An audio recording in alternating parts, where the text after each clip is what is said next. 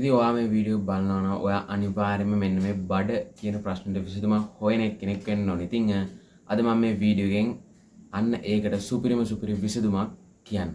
Hey guys, welcome back to my YouTube channel. ඉතින් අද video එකෙන් කතා කරන්නේ මෙන්න මේ බඩ කියන ප්‍රශ්නෙට විසඳුමක්. කොහොමද අපි මේ බඩ අඩු කරගන්නේ කියන එක. ඉතින් මම ගොඩක්ම ලේසි ස්ටෙප් 5කින් අද මේ වැඩේ මම ඔයාලට කියන්නම් කොහොමද අපි ගොඩක් ලේසි ස්ටෙප් 5කින් මෙන්න මේ අපේ තියෙන බඩ එහෙම නැත්නම් අපේ තියෙන belly fat එක නැති කරලා දාන්න කොහොමද කියලා. ඉතින් ඔයා මගේ channel එකට අලුත් එක්කෙනෙක් නම් තාම මාව subscribe කරලා නැත්නම් මතකද subscribe කරලා තියාගන්න.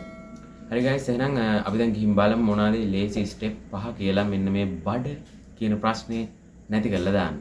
ඉතින් හරි පළවෙනි step එක තමයි ඔයාගේ උදේ කෑම එක හරියට ගන්න ඕනේ. ඒ කියන්නේ ඔයාගේ උදේ කෑම එක හරිය හොඳ පෝෂ්‍යදායී ආහාර වේලක් එක්ක ඔයාගේ උදේ කෑම එක ගන්නවා නම් ඒක ඔයාට ගොඩක්ම ලොකු උදව්වක් වෙනවා ඔයාගේ මෙන්න මේ බඩ කියන ප්‍රශ්නෙට විසඳුමක් දෙන්න. ගොඩක් කට්ටිය මෙන්න මේ උදේ කෑම එක ගන්න නැතුව අයින් කරලා ඒ කියන්නේ උදේ කෑම එක එක්ක 10ට 11ට මම නැත්තම් 12ට උදේටයි දවල්ටයි දෙකටම එකට අල්ලලා කනවා. ඉතින් ඒක කරන්න එපා. ඒක ඔයාගේ සෞඛ්‍ය පැත්තෙනුත් හොඳ නැහැ. මොකද ඔයාට ගෑස්ට්‍රික් වගේ දේවල් ඇති වෙන එක බලපාන්න පුළුවන්. ඉතින් හොඳම වැඩේ තමයි ඔයාගේ උදේ කෑම එක ඔයා 8ට 8:00ට 9ට ඔන්න තියෙන කාලය ඇතුළත ගන්නවා නම් ඒක ගොඩක්ම හොඳයි. ඉතින් ඒකෙදි ඔයාගේ උදේ කෑම එකට හොඳ පෝෂ්‍යදායී ආහාර වේලක් බිත්තරයක් වගේ දෙයක් එකතු කරගෙන ඒක ගන්න පුළුවන් නම් ගොඩක් හොඳයි. එහෙම නැත්නම් ඇට වර්ගයක්, ඒ කියන්නේ ධාන්‍ය වර්ගයක්, කඩල, මුං ඇට, කාපි වගේ දේවල් ඔයාලට උදේ ආහාර වේල විදියට ගන්න පුළුවන් නම් ඒකත් ගොඩක් හොඳයි. ඉතින් ඒ වගේම අනිත් ආහාර වේල් දෙකත් ගන්න. හැබැයි ඒ දෙක ගද්දි පොඩ්ඩක් ඒ දෙක කන්ට්‍රෝල් එකක් ඇතුව ගන්න. ඉතින් හරි අපි එහෙනම් යන්න දෙවෙනි ස්ටෙප් එකට. Step number 2. ඒ කියන්නේ දෙවෙනි ස්ටෙප් එක තමයි ඔයා ව්‍යායාම කරන්න ඕනේ. ඉතින් මොකද නිකම් බඩ අඩු වෙන්නේ නැහැ කෑම පාලනය කිරීමකින් විතරක්ම. ඉතින් ඒ කියන්නේ පළක් කට්ටිය ඩයට් එකක් විතරක් ගන්නවා බඩ අඩු කරගන්න කියලා. එහෙම කරාට අඩු වෙයි. හැබැයි ලොකු කාලයක් යනවා ඒ දේ වෙන්න. ඉතින් ඊට වඩා ලේසි ඔයාගේ ඩයට් එකත් එක්ක ඔයා එක්සයිස් වගේ දෙයක් කරද්දී කියන්නේ වර්ක්අවුට් කරද්දී. එතකොට ඔයා බඩ අඩු කරගන්න ඔයාට ගොඩක්ම මූලික වශයෙන්ම වෙන්න ඕන ඔයාගේ බඩ අඩු කරගන්න එක නම් ඔයා කරන්න ඕනේ කාඩියෝ වර්ක්අවුට් එකක්. එහෙම නැත්නම් ෆැට් බර්න් වර්ක්අවුට්. ඉතින් මගේ channel එකේ ඔක්කොම මේ වර්ක්අවුට් වීඩියෝ මම දාලා තියෙනවා. ඒ වගේ එකක්. එහෙම නැත්නම් ඔයාට පුළුවන් ස්කිපින් පයින්. ඔයා විනාඩි 10ක් එහෙම නැත්නම් විනාඩි 15ක් ඔයාට පුළුවන් නම් ස්කිපින් පයින්. ඒකත් ඔයාට ලොකු හෙල්ප් එකක් කරනවා ඔයාගේ බඩේ තියෙන ෆැට් එක බර්න් වෙන්න. ඒ වගේම තමයි දුවන්න. ඒ කියන්නේ අපි ස්ටෙප් 10ක් වගේ ප්‍රමාණයක් අපිට ඇවිදින්න හරි අපිට දුවන්න හරි පුළුවන්. ඒ කියන්නේ උදේට පැය භාගයක් එහෙම නැත්නම් පැයක් වගේ වෙලාවක් අපිට වෙන් කරලා යන්නේ ඒ දේ කරන්න පුළුවන් නම් ඒක ගොඩක්ම ලොකුවට බලපානවා අපේ ෆැට් එක බර්න් වෙන්න.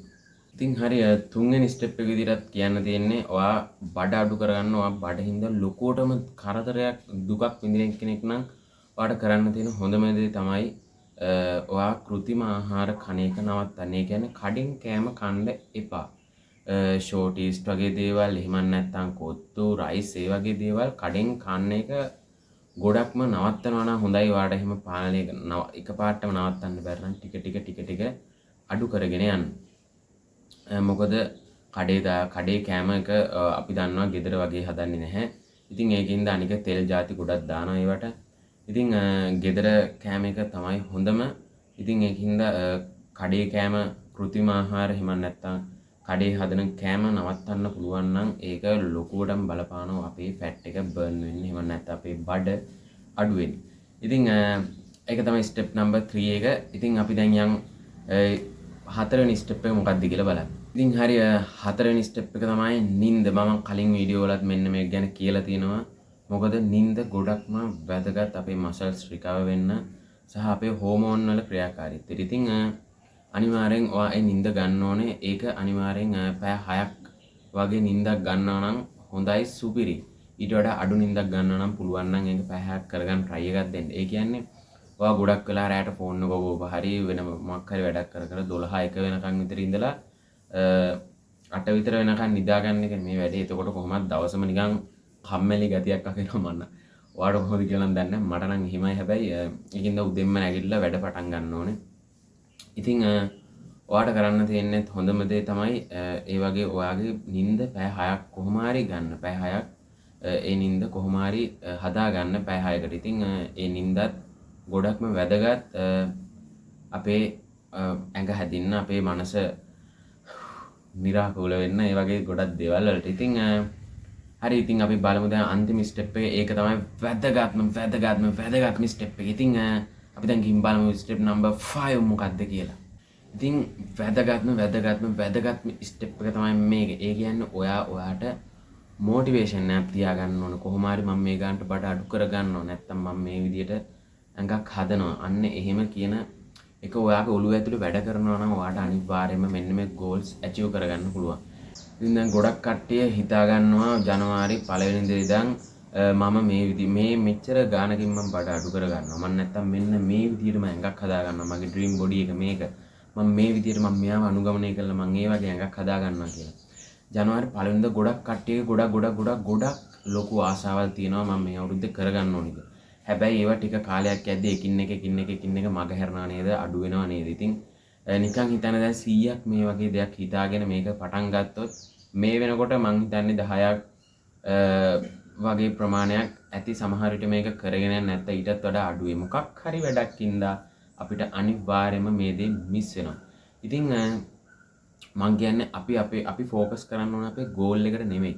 අපි ફોකස් කරන්න ඕන අපි ඇත්තටම අපි ફોකස් කරන්න ඕන අපේ process එකට. ඉතින් ඔයා හිතනවා ඉතින් process එක කිව්ව මොකටද කියලා. process එක කියන්නේ අපි ඊළඟ දවසේ කරන වැඩේ. ඒ කියන්නේ අපි මේ දවසේ අපි අද කරන්නේ මොකද්ද කියන එක අපේ ඔළුව ඇතුලේ වැඩ කරන්න ඕන. ඒ කියන්නේ මං දැන් කියන්නම් කොහොමද අපි රූටින් එකක් හදාගන්නේ කියලා. ඒ කියන්නේ ඔයා 6ට නැගිටිනවා නම් උදේ 6ට ඔයා නැගිටින කෙනෙක් නම් ඔයා උදේ 6 ඉඳන් 7 වෙනකන් කාඩියෝ වර්ක්අවුට් එකක් කරලා එහෙම නැත්නම් ස්කිපින් පැනලා දුවලා ඒ වගේ මොකක් හරි ඔයාගේ බෙලි ෆැට් එක අඩු වෙන්න, ඒ කියන්නේ බර්න් වෙන්න, ෆැට් බර්න් වෙන්න මොකක් හරි වර්ක්අවුට් එකක් කරලා ඉතින් පස්සේ තව පැයක් වගේ ඔයාට ඒ කාලේ ගන්න පුළුවන් නම් ඔයාට තව පැයක් වගේ පැය භාගයක් වගේ අරගෙන අනිත් මසල්ස් වලටත් එක්සර්සයිස් කරන්න. ඒ කියන්නේ පුෂ් අප් වර්ක්අවුට්, ලෙග් වලට අනම්මන එහෙම වර්ක්අවුට් එකක් කරන්න. ඊට පස්සේ ඔයා අනිත් වැඩ ටික ඒ දේවල් කරලා ආයේ ඔයා 10ට විතර නිදා ගන්න යනවා. 10ට නිදාගෙන ගිහිල්ලා 6 වෙනකම් ඔයාට නිදා ගන්න පුළුවන්. අන්න ඒ ටයිම් එක ඔයා සුපිරියර්ලි නිදාගන්න. ඊට පස්සේ ආයේ පහුවදා නැගිටලා ආයේ අර එක්සර්සයිස් කරන වැඩේ කරන්න. ඉතින් අන්න ඒ වගේ ප්‍රොසෙස් එකක් ඔයාගේ ඔළුව ඇතුලේ වැඩ කරනවා නම් මට මේ දේ කරන්න පුළුවන් කියලා ඔයාට හිතෙනවා නම් අනිවාර්යයෙන්ම ඔයාට සුපිරියර්ටම ඔයාගේ බඩත් අඩු කරගෙන ඔයාගේ සුපිරි ඩ්‍රීම් බොඩි එක දක්වා ඔයාට යන්න පුළුවන්. ඉතින් ඔයා කරන්න ඕන ඔයාගේ ගෝල් එක ફોකස් කරන්න නෙමෙයි ඔයාගේ ප්‍රොසෙස් එක ફોකස් කරන්න. ඉතින් මේක තමයි වැදගත්ම ස්ටෙප් එක. ඉතින් හරි ගයිස්, මේ දේවල් ටික තමයි අද කතා කරන්න තිබ්බේ මේ වීඩියෝ එකෙන්. ඉතින් මම හිතනවා ඔයා දන්නේ නැති දේවල් ගොඩක් දැනගන්න ඇති කියලා මේ වීඩියෝ එක හරහා, සහ ඔයා මම හිතනවා මොටිවේෂන් වෙන්න ඇති කියලා. ඉතින් මේ වීඩියෝ හොඳයි නම් ඔයා ඔයාගේ යාළුවන්ටත් දැනගන්න අනිවාර්යයෙන්ම මේක ෂෙයා කරන්න. ඔයාගේ යාළුවොත් ඉන්නවා ඇති තව මහත කට්ටිය. ඉතින් ඒ කට්ටියටත් කෙට්ටු ඇඟ කියන්නේ ෆැට් එක බර්න් වෙලා ලස්සන බොඩි එකක් හදාගන්න ආස අයට අනිවාර්යයෙන්ම මේ වීඩියෝ එක ෂෙයා කරන්න. තව ඔයා මාව සබ්ස්ක්‍රයිබ් කරලා නැත්නම් මතක ඇති ඒකත් කරන්න. තව අපේ ටෙලිග්‍රෑම් channel එකට join වෙලා නැත්නම් අනිවාර්යෙන් ඒකටත් join වෙලා ඉන්න. ඉතින් හරි guys, thank you for watching. එහෙනම් මම ඔයාලව මගේ ඊළඟ වීඩියෝ එකෙන් හම්බෙන්න.